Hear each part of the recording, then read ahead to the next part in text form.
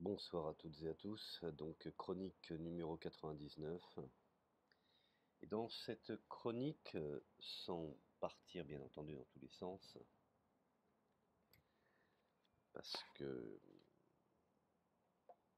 l'affaire est difficile, peu aisée, donc je voudrais tout d'abord, en préambule de cette chronique bien entendu, condamner d'une façon définitive tous ceux qui ont tendance à minimiser ou à caricaturer ou à ridiculiser ou même à contester euh, le massacre et le génocide, plus communément appelé Shoah. Cet élément est incontestable, il y a bien eu effectivement une volonté industrielle et politique d'effacer un peuple sur la surface de la Terre, et plus particulièrement dont les préliminaires ont été en Europe par le régime nazi. Alors, j'aimerais préciser tout d'abord, par une critique, je dirais, de l'emploi du concept génocide, qui est à mon sens trop souvent employé à tort, voire même instrumentalisé.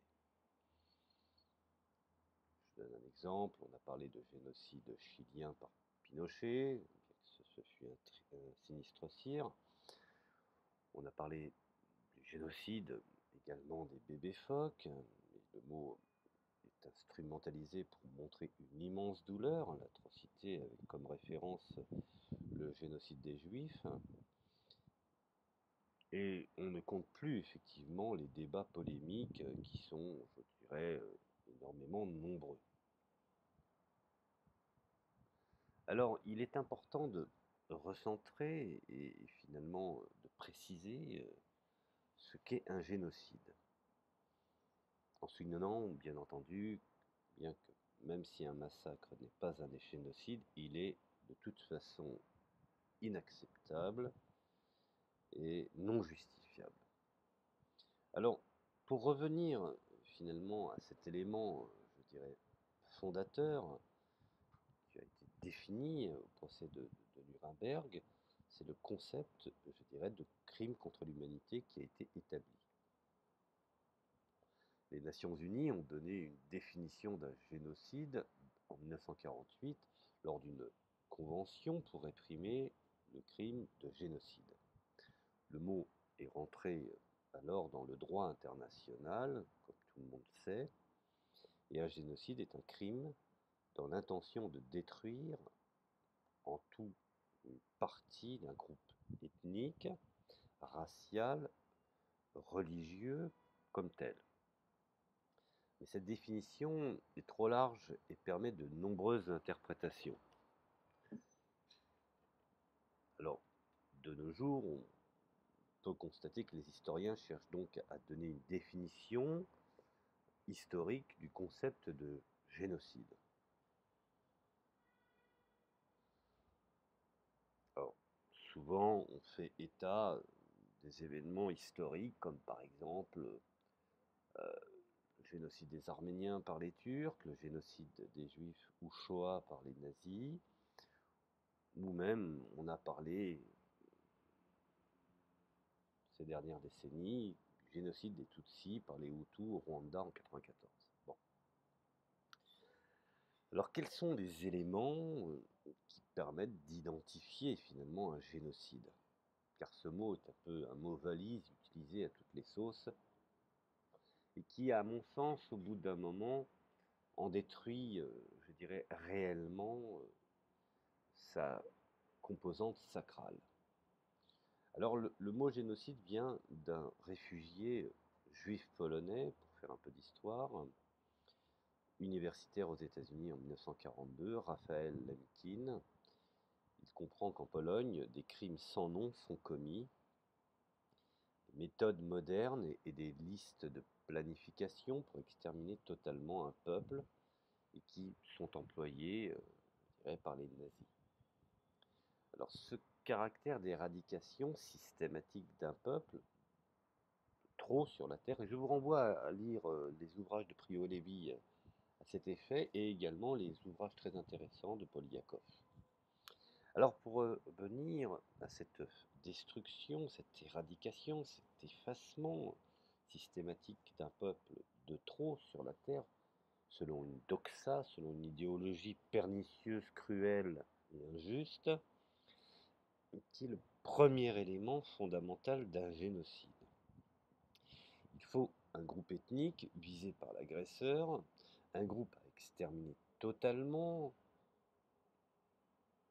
et pour cela justifié à l'accabler de tous les maux de la terre. Nous avons l'exemple le plus probant, qui est un exemple de référence. Les Allemands veulent exterminer les héros pour réaliser une colonie de peuplement. 60 000 à 80 000 sont massacrés en un an, et aujourd'hui ce peuple a presque, je dirais, disparu. Deuxième élément, il faut une idéologie. La propagande prépare des bourreaux. Exemple, des professeurs Hutus ont tué leurs propres élèves Tutsis. Troisième élément, il faut une intention, une programmation des ordres. C'est par exemple la conférence de Wannsee, des dirigeants nazis, où a été défini, bien que beaucoup dans les négationnistes, et Dieu sait que j'ai pu lire leurs ouvrages de Pierre Guillaume, Alain Guillonnet, passant également chez Robert Forisson, des gens qui aujourd'hui contestent le rapport de Wannsee, mais d'une façon factuelle, cela leur donne tort. Quatrièmement, tout le peuple est à exterminer et les persécuteurs veulent éviter la vengeance et bien entendu vont inévitablement tuer les enfants, donc les descendants, afin que plus personne ne témoigne. Cinquième élément, c'est un crime d'État organisé par une politique définie par un État. À ce sujet, je vous renvoie également à la théorie de Milgram, qui fait que n'importe qui, sous obéissance, peut, commettre ce crime en, bien entendu, saucissonnant les responsabilités, et donc chacun, avec un certain engouement, une besogne, bien zélée, peut effectivement arriver à ce genre de situation. Alors, sixièmement, il faut qu'il y ait une guerre qui masque le génocide, il faut un motif de justification. Hitler profite par exemple de la guerre contre l'URSS, et les Hutus profitent bien entendu d'un espace qu'on pourrait qualifier comme la guerre civile. Les autres massacres terrifiants, comme ceux au Cambodge par exemple, ou en Bosnie, comme les crimes qui ont été définis, sont des crimes contre l'humanité, mais ne constituent pas des génocides, puisqu'il n'y a pas ce que j'appelle une volonté écrite d'un groupe ou d'un État voulant absolument faire disparaître une ethnie, une religion, une race. Alors, le génocide est plutôt un concept du XXe siècle dans un contexte d'un État moderne. Parmi, je dirais, les 4 génocides que je viens d'évoquer, la Shoah a comme particularité le côté systématique et industriel à l'échelle de l'humanité et du monde. Les 3 autres restent limités à une échelle plus ou moins locale, voire régionale. Or, ce qu'il ne faut pas oublier, c'est que la différence fondamentale, c'est que pour ce qui en est de la Bosnie ou du Rwanda, ce sont des guerres civiles. Donc il y a une absence de l'État. Tandis que dans le génocide de la Shoah, c'était un État en paix et dont les décisions étaient mûrement réfléchies, et cet État utilisait effectivement tous les outils pour se débarrasser d'une population. suit une planification. Alors dans le cas par exemple des Juifs en Allemagne, ils n'émettaient aucune revendication ni aucun droit et n'aspiraient qu'à s'assimiler, puisque ô combien sait pertinemment que beaucoup de Juifs ont apporté à la grande civilisation allemande et à sa culture. Ce qui est un peu différent des victimes des 3 autres génocides que je viens d'énoncer. Maintenant, nous en arrivons effectivement à la question de la déportation, qui cristallise aujourd'hui une partie importante des enjeux de mémoire liés à la guerre. Il faut, je dirais, rappeler en premier lieu que la signification originelle du mot déportation est le déplacement forcé d'une population d'un lieu vers un autre. Mais l'usage du mot aujourd'hui renvoie à tout autre chose, un envoi de personnes au sein du système concentrationnaire nazi. C'est pour ça qu'il est de bon ton et de bonne loi de recentrer, je dirais, les mots dans leur contexte. Et surtout, ne pas banaliser. Or, si on regarde encore une fois, selon les pays, le même fait n'est pas qualifié de la même façon.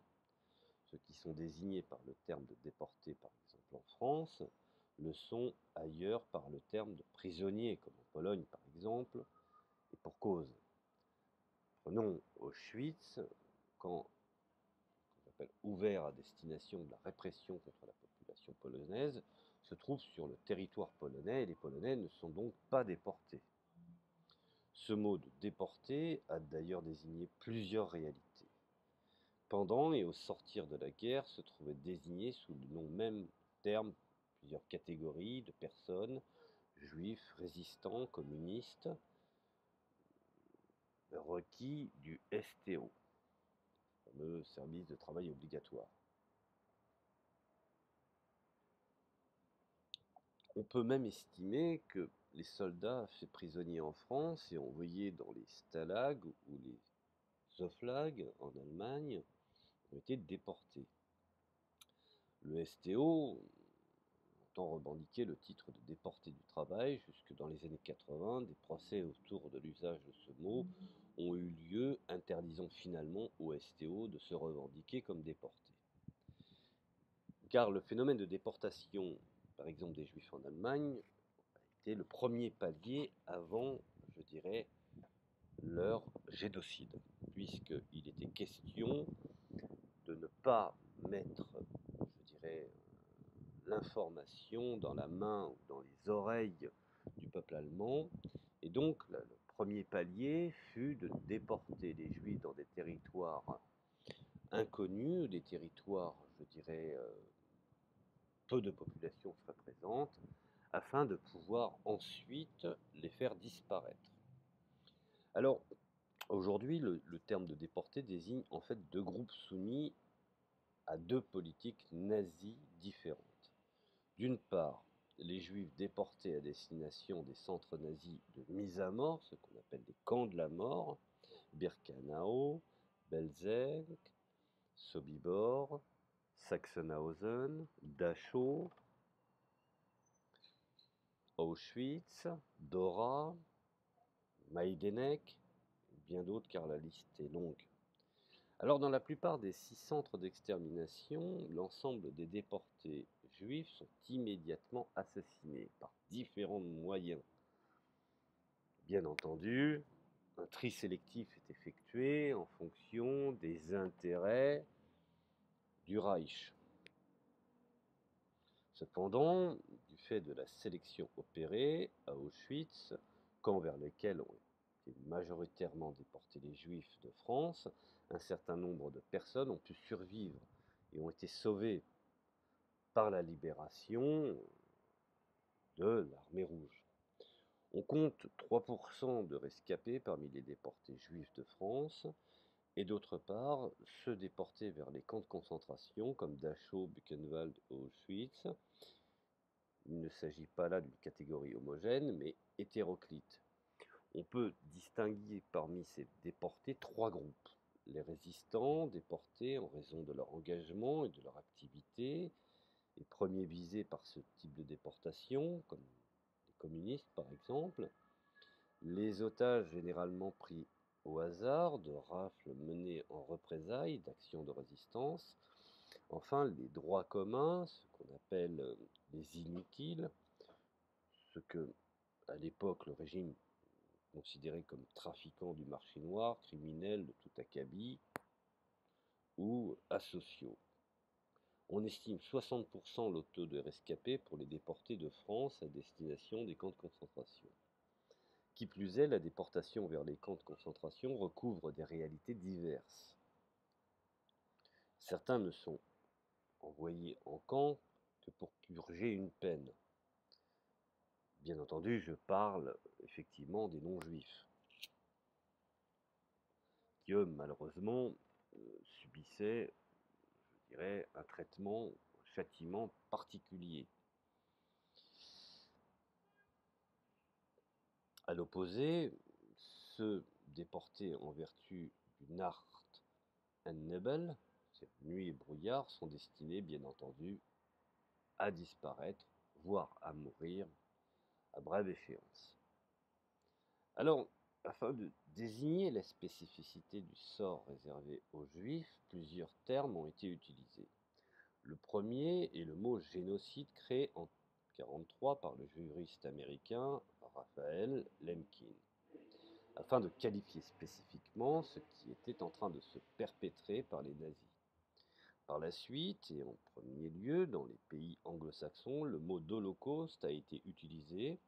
Son usage pose cependant, je dirais, des problèmes. Il s'agit d'un mot provenant du vocabulaire religieux signifiant sacrifice par le feu, conférant ainsi une certaine façon, une dimension religieuse à un crime de masse.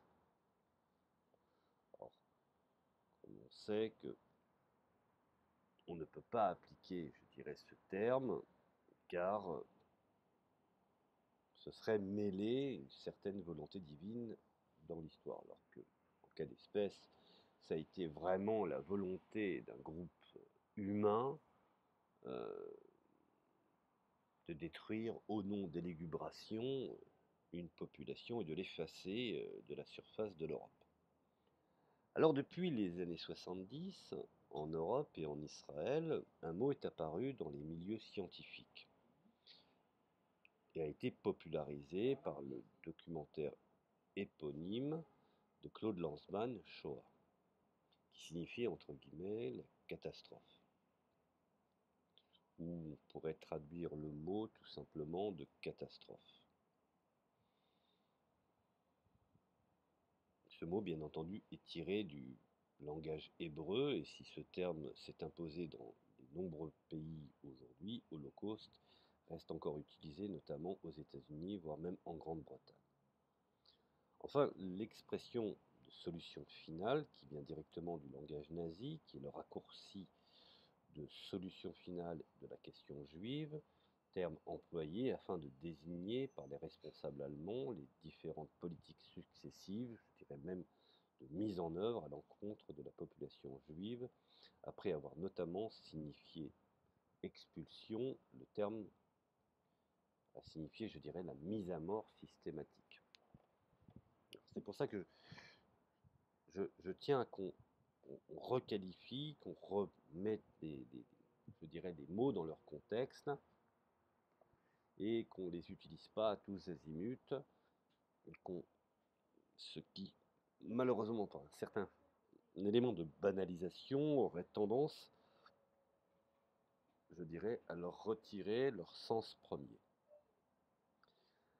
Alors l'histoire de la déportation des concentrationnaires reste largement à faire et demeure très mal connue. À l'opposé de celle des Juifs de France, les travaux de Serge Klarsfeld, par exemple, le mémorial de la déportation des Juifs de France, mis en place, je crois, en 1979, ont permis d'évaluer à 75 000 le nombre de déportés juifs depuis la France, et il a fallu en revanche attendre 2004 pour pouvoir publier le travail équivalent dirais, menée sous l'égide de la Fondation pour la mémoire de la déportation, qui estime le nombre de déportés vers le camp de concentration à 86 000. Une folie. Alors ce chiffre doit cependant être utilisé avec précaution. Il ne représente pas, je dirais, un ensemble cohérent, mais recouvre plusieurs phénomènes très divers. Il figure bien entendu personnes déportées pour leurs activités résistantes, tout comme y apparaissent les otages ou les droits communs.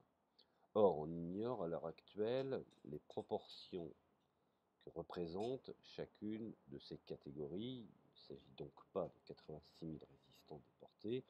On trouve à la fois ces listes, je dirais, Jean Moulin, Jacques Schweblin, responsable de la police, je dirais, aux questions juives, déporté en raison de ces trafics. Et ce chiffre ne concerne pas non plus exclusivement la déportation depuis la France. Il est également comptabilisé des exemples du service de travail obligatoire arrêté en Allemagne ou encore des militaires espagnols ayant combattu dans l'armée française et fait prisonniers par les Allemands, puis, je dirais, extraits des stalags envoyés dans des camps de concentration. Et ce chiffre, je dirais, en cas d'espèce, ne constitue pas donc les pendants de celui de la déportation des Juifs de France. Alors le motif de déportation constitue aujourd'hui le principal enjeu de mémoire. Désormais, nombre de groupes revendiquent avoir, je dirais, subi une persécution de la part des nazis, voire même d'avoir également subi un génocide. Dans ces revendications se mélangent, je dirais, entre guillemets, méconnaissance, confusion entre diverses politiques, que ce soit, je dirais, interne, menée exclusivement en Allemagne, ou externe, une politique allemande menée en Europe. Parfois, invention pure et simple, on assiste à une redéfinition totale des causes de déportation sans, je dirais, guère de rapport avec les critères établis par les nazis. Alors, il n'existe aucune politique de déportation des homosexuels, par exemple, et aucune volonté d'éliminer tous les homosexuels. Il n'y a pas une planification, comme il a été établi par les nazis à l'égard des juifs. Que ce soit depuis la France ou dans le reste de l'Europe, seuls les homosexuels dans les frontières du territoire allemand sont soumis à ces persécutions.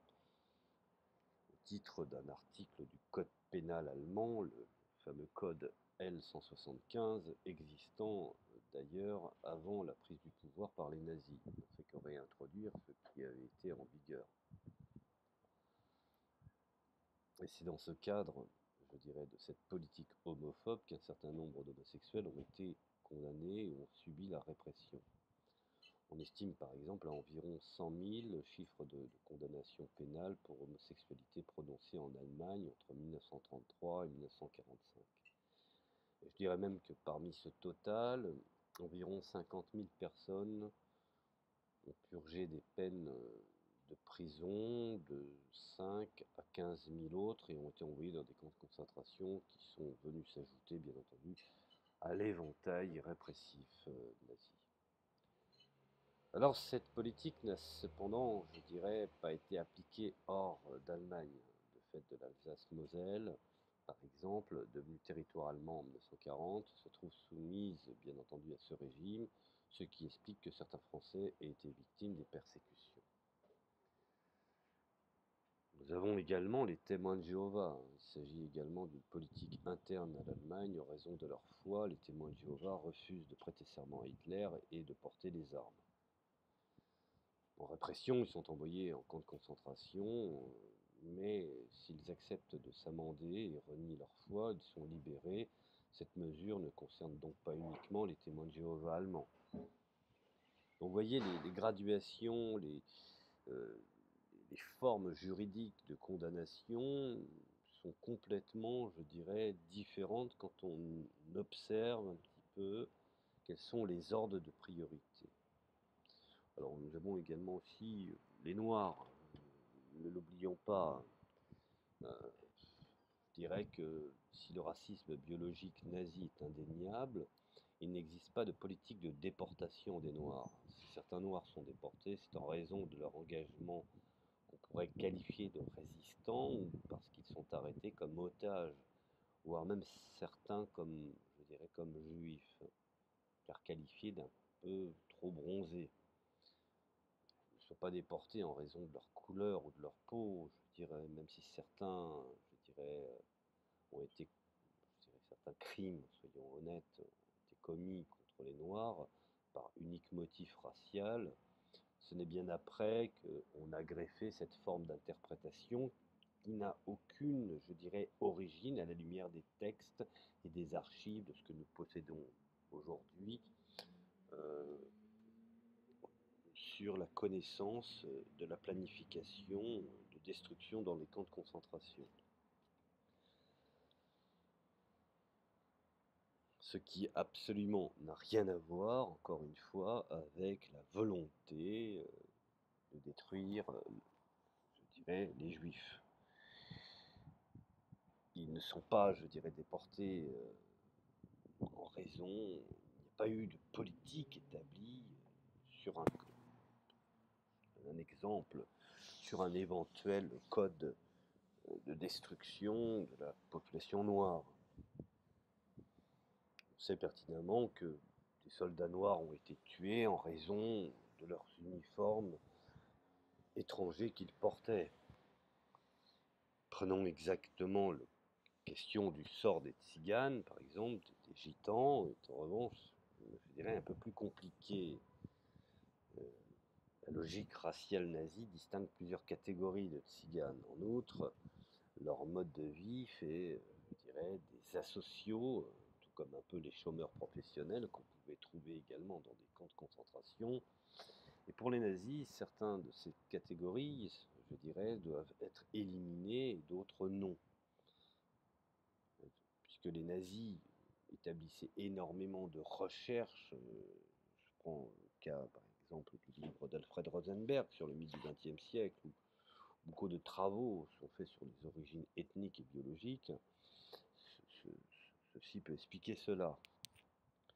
Alors, effectivement, comme je le disais, certaines catégories doivent être éliminées et d'autres non. Et durant la guerre, des pratiques, je dirais, génocidaires vont être appliquées contre les tziganes. Alors, ce sont des pratiques. Vous voyez la différence des pratiques génocidaires et non pas un génocide en tant que tel. Il y a une variation, mais par des échelons, je dirais, nazis locaux. Ainsi, il n'y a pas de déportation des tziganes depuis les zones libres, par exemple, et occupées en France. Il n'y avait pas une grande politique d'aller rafler tous les juifs dans tous les pays qui étaient occupés pour ensuite les ramener dans des camps afin de les détruire.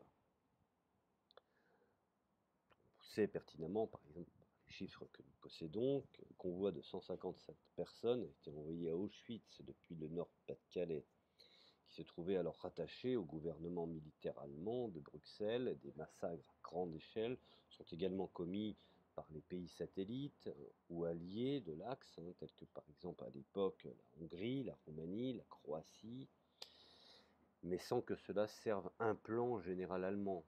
C'est-à-dire, il faut être honnête, ce fut une destruction, je dirais, ponctuelle. Alors, que dire finalement au fond de cela?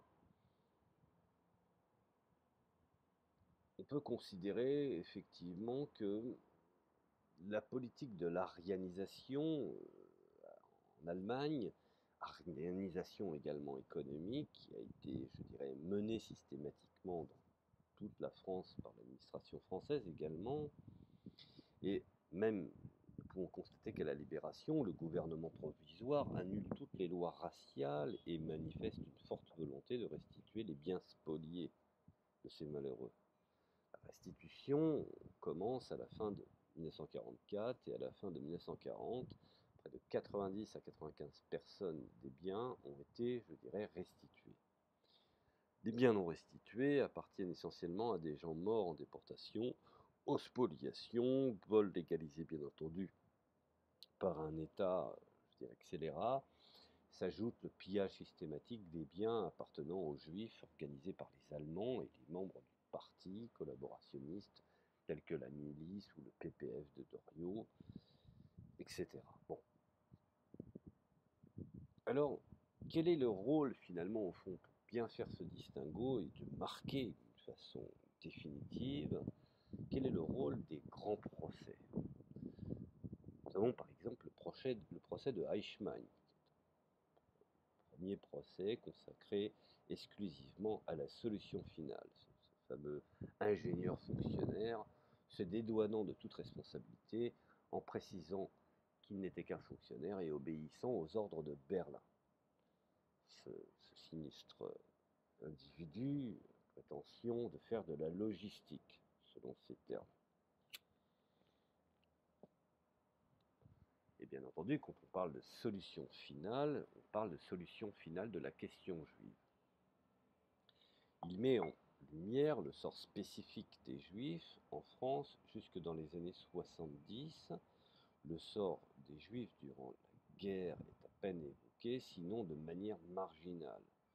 Le procès Barbie, Touvier, Papon ont permis une prise de conscience et éclairé le rôle de trois principaux acteurs dans la persécution antisémite incarnée par ces trois hommes: la police allemande, la milice et bien entendu les administrations collaborationnistes.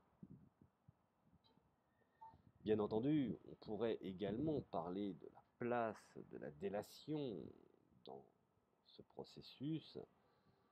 Cela prendrait effectivement du temps, mais encore une fois, nous pouvons considérer que le parti, je dirais, nazi, même si l'Allemagne du Troisième Reich a été détruite, nous pouvons considérer que certains membres actifs ont été recrutés aussi bien dans le monde arabe que dans le monde occidental pour des raisons tout à fait différentes, ce qui est, je trouve, quand même assez étrange. Aussi bien les États-Unis ont employé d'anciens nazis dans sa recherche spatiale, tout comme dans le monde arabe, cette volonté d'utiliser d'anciens nazis pour fonder des services secrets, des institutions, tout comme effectivement les services, je dirais, occidentaux d'utiliser d'anciens nazis pour leur connaissance sur le nouvel ennemi que fut l'Union soviétique et par voie de conséquence leur spécialité de l'anticommunisme.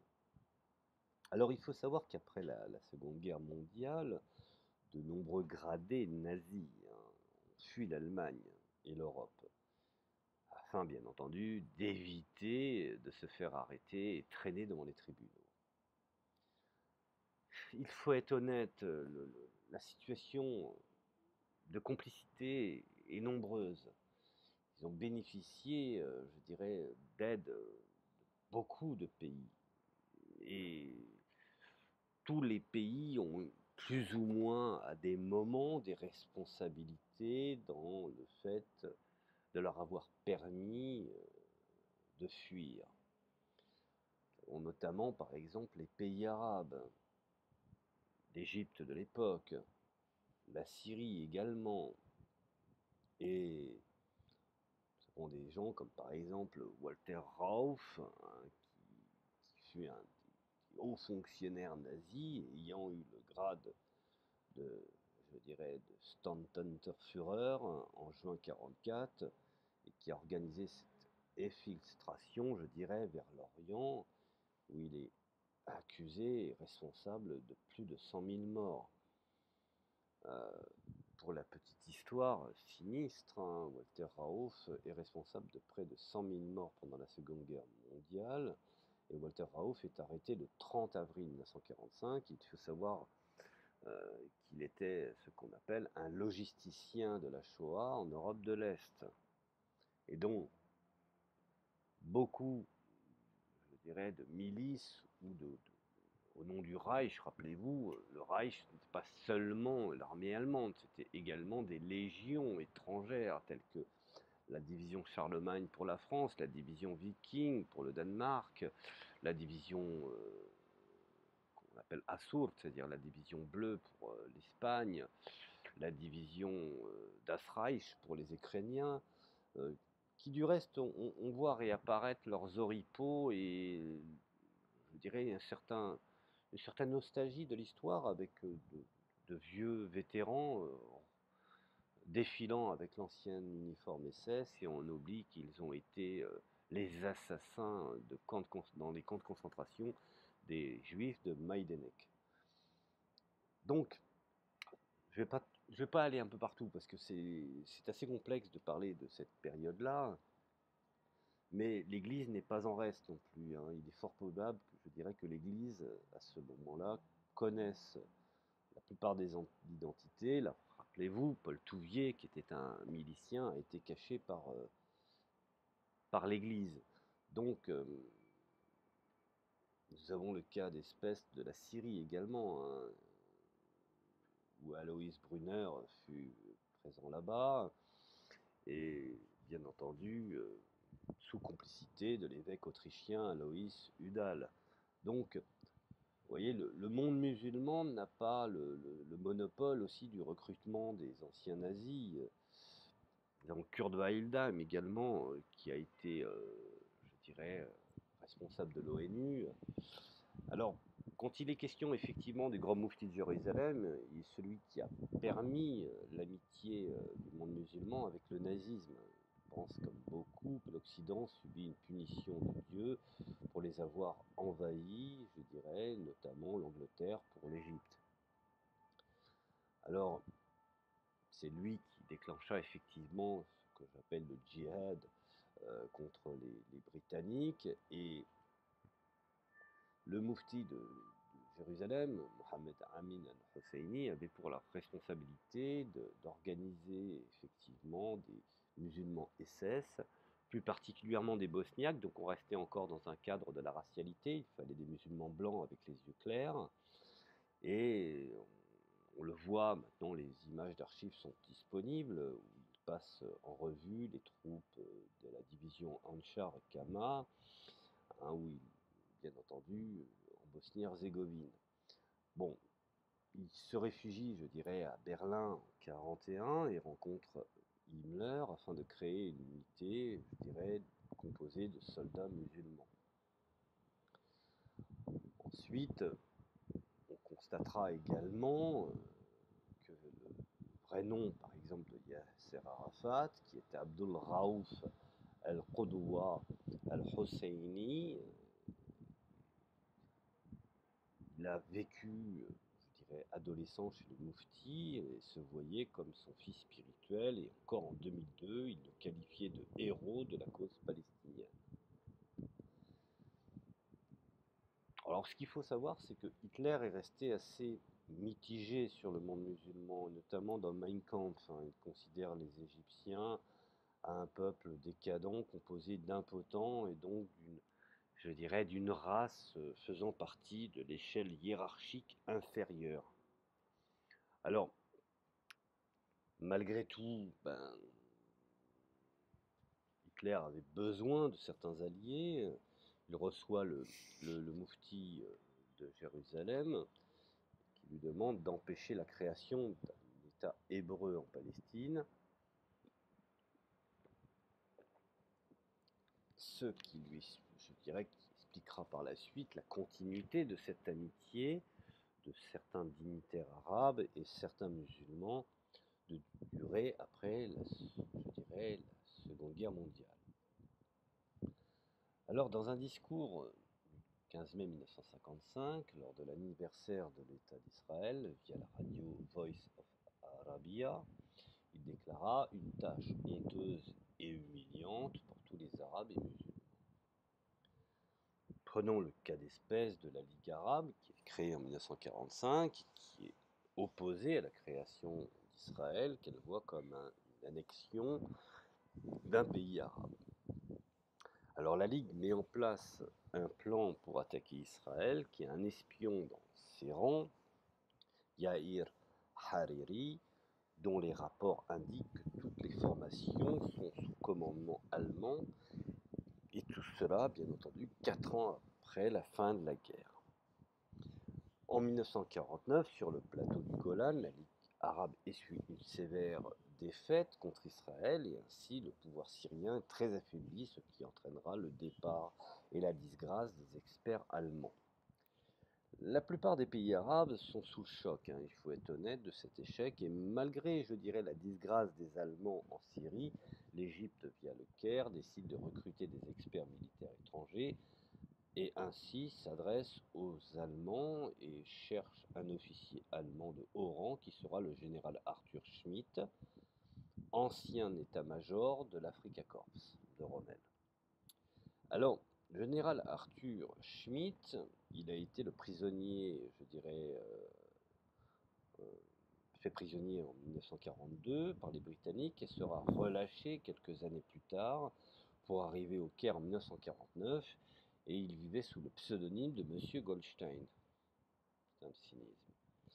Le but de la Ligue arabe était de former une armée d'1 million d'hommes. Arthur Schmidt avait la tâche de la créer, de la mettre en place, de la coordonner, de l'organiser.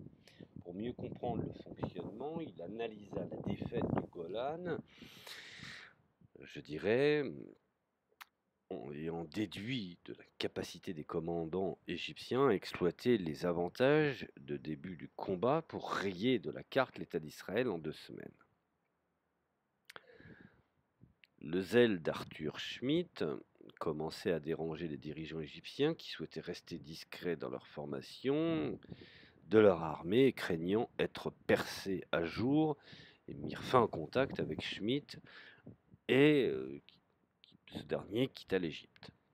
Il faut savoir qu'à partir de 1951, on pouvait trouver plus d'une soixantaine d'anciens officiers du Reich travaillant pour l'Égypte et la Ligue arabe. Ce qui est hallucinant, c'est que ces gens avaient des relations encore avec la République fédérale allemande. Arthur Schmidt est remplacé bien entendu par Wilhelm Voss, ancien chef de camp des travaux forcés, et s'installe dans le quartier d'Héliopolis au Caire, au numéro 11. Il formait les soldats égyptiens, et notamment dans la guerre éclair et les techniques de combat nocturnes. Les Britanniques étaient inquiets de voir ces anciens officiers en Égypte. Même s'ils avaient accordé l'indépendance à l'Égypte, ils contrôlaient toujours le canal de Suez.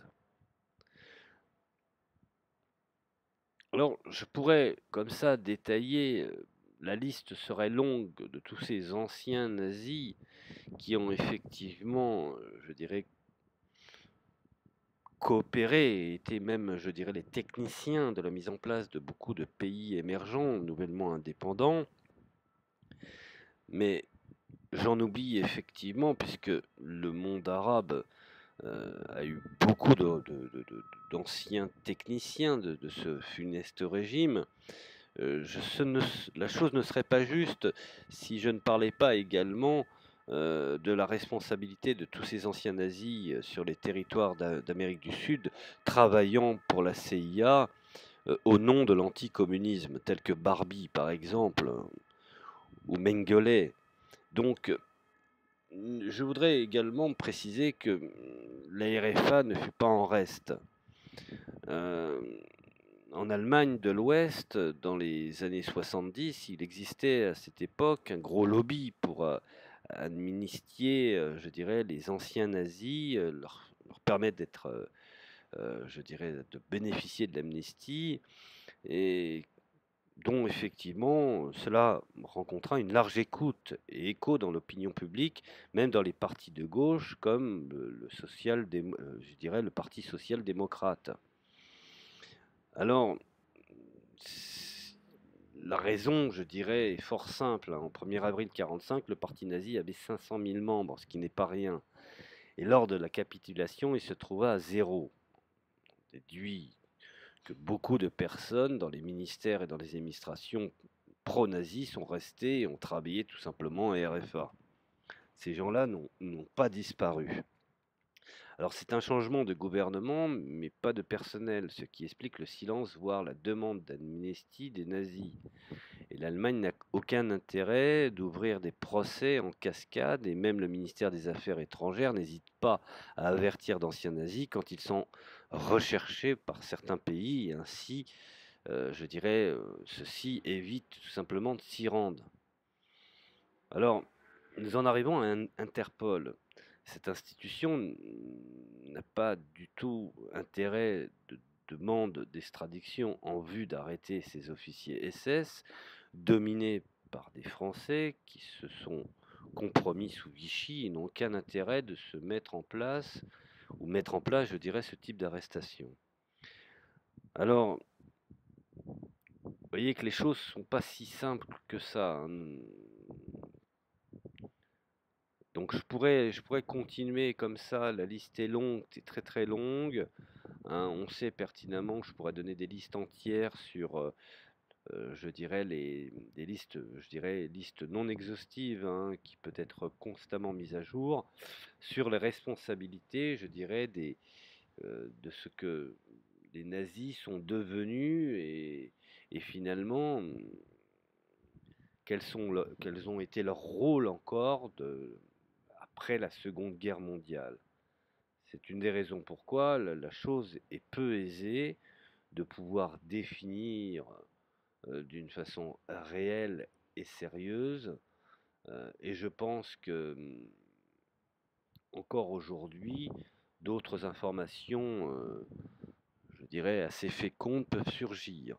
Je ne parlerai pas non plus des services secrets ouest-allemands qui reconnaissent avoir recruté le boucher SS Klaus Barbie comme expert de l'anticommunisme, comme je viens de le préciser. Et cela, bien entendu, ce n'est absolument pas des informations complotistes, puisqu'on le trouve dans l'hebdomadaire allemand Der Spiegel du 15 janvier 2011, hein, des documents d'archives, où il apparaît que les services d'espionnage allemands, donc des renseignements extérieurs fédéraux de la RFA, ont recruté ce criminel, et dont, bien entendu, la RFA l'a employé de 1966 à 1967 pour des positions anticommunistes prononcées et pour son expertise de la lutte anticommuniste, acquise en particulier contre les communistes français pendant la Seconde Guerre mondiale et surtout vis-à-vis de la guerre froide. Alors, bien entendu, on sait pertinemment, on l'a appris aujourd'hui, ces dossiers sont déclassifiés, on peut les lire sur les dossiers sur le site de la CIA. On sait que les États-Unis, notamment, je dirais la CIA, avaient protégé Barbie dès 1946 et l'avaient utilisé dans leur combat contre le communisme. Et Barbie était notamment, je dirais, un des rouages très importants dans l'organisation de la dictature fasciste en Bolivie dans les années 60 et 70 et dans l'écrasement des guérillas progressistes où Che Guevara, bien entendu, avait été assassiné. Donc on avait compté sur lui. Ensuite, on a effectivement d'autres informations qui sont des informations déclassifiées de la BND, donc des services secrets de la République fédérale allemande, qui révèlent effectivement que d'anciens officiers nazis de la Wehrmacht et de la Waffen-SS ont été utilisés pour former une armée secrète en Allemagne. Alors selon les informations publiées par le journal allemand Der Spiegel, cette armée aurait pu regrouper jusqu'à 40 000 soldats et Der Spiegel a utilisé des documents fournis par, je dirais, le Bureau fédéral de renseignement qui ont été étudiés par l'historien Agilov Kirsenring et le Spiegel, je dirais, à cette époque-là. Alors, maintenant, je voudrais aussi ne pas oublier une chose très très importante, de préciser que, je dirais, le fondateur des services secrets allemands, Reinhard Gehlen, qui est une pièce maîtresse lors de la première République fédérale allemande, a été, je dirais, un des éléments très importants dans la mise en place de ces fameux services secrets. Alors, je ne vais pas raconter toute l'histoire de Reinhard Gehlen parce que ce n'est pas important et puis surtout, je ne veux pas que cet audio dure des heures, mais effectivement, on sait que Konrad Adenauer fut contraint d'accepter Gehlen à sa tête, faute de candidats en mesure d'occuper cette fonction. Et je dirais que Reinhard Gehlen dirigea les services secrets de 1956 à 1968, et sous sa conduite, de nombreux anciens nazis ont été recrutés au sein de ces services. Et je ne vous parle pas également du recyclage de Stéphane Bandera, ancien pro-nazi, ayant porté même l'uniforme en Ukraine, et dont effectivement aujourd'hui les mouvements comme Pravi Sector, comme comme le centre droit ou comme le réseau, le bataillon Azov, se réclament. Alors, quand je dirais que Guélem, qui a su avoir cet esprit de solidarité à l'égard de ses pairs, tout employé recevait une nouvelle identité, hein, parmi les plus connus. On peut citer Alois Brunner, un employé proche d'Adolf Eichmann, et Klaus Barbie, ancien chef de la Gestapo de Lyon. Et la CIA même estime que les anciens membres du NSDAP, hein, ou du SD, de la Gestapo et des officiers de la SS représentaient jusqu'à 28% du personnel. Alors une exposition, bien entendu, a été consacrée au début du renseignement en Allemagne de l'Ouest, hein, la Achtung-Spion, qui accueille le musée de l'histoire militaire de Dresde jusqu'au 29 novembre 2016, revient longuement sur le parcours hors norme du fondateur de la BND.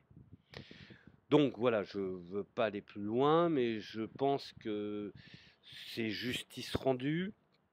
Alors, en conclusion, je dirais que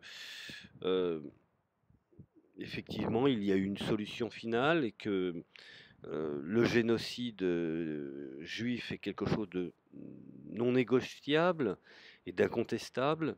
Et cela, si nous avions été assez sages, n'aurait pu nous servir de point d'exemple pour que les choses ne puissent jamais se reproduire. Mais l'histoire est ainsi faite.